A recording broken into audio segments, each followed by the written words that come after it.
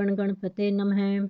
दोस्तों, आज हम सकट चतुर्थी व्रत के बारे में जानेंगे। सकट चतुर्थी व्रत कब है, इसकी व्रत कथा क्या है, इसका महात्म्य क्या है और इसकी व्रत विधि क्या है। आइए वीडियो को प्रारंभ करते हैं। सकट चौथ, जिसे तिलकुट चौथ या सकष्टी चतुर्थी के नाम से भी जाना जाता है, हिंदू धर्म में अत्यंत महत्वपूर्ण व्रत है। इस दिन महिलाएं विशेष रूप से अपने बच्चों की लंबी आयु, सुख समृद्धि और अच्छे स्वास्थ्य के लिए व्रत रखती हैं।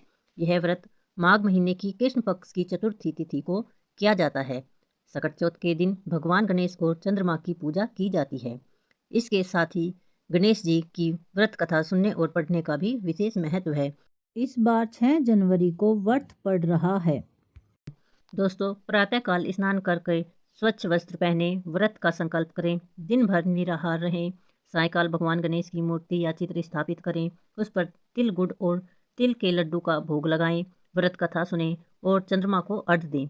इस व्रत को श्रद्धा और भक्ति से करने से संतान की लंबी आयु और परिवार में सुख समृद्धि होती है।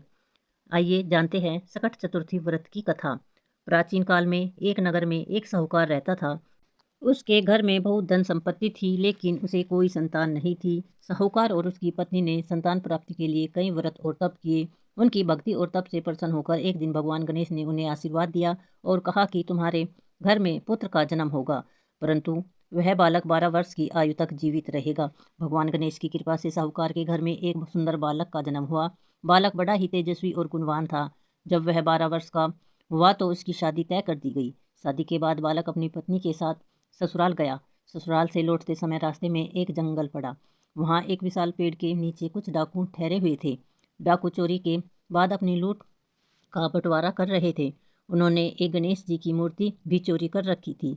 जब उन्होंने उस बालक को देखा तो सोचा कि यह लड़का इस मूर्ति की पूजा कर सकता है।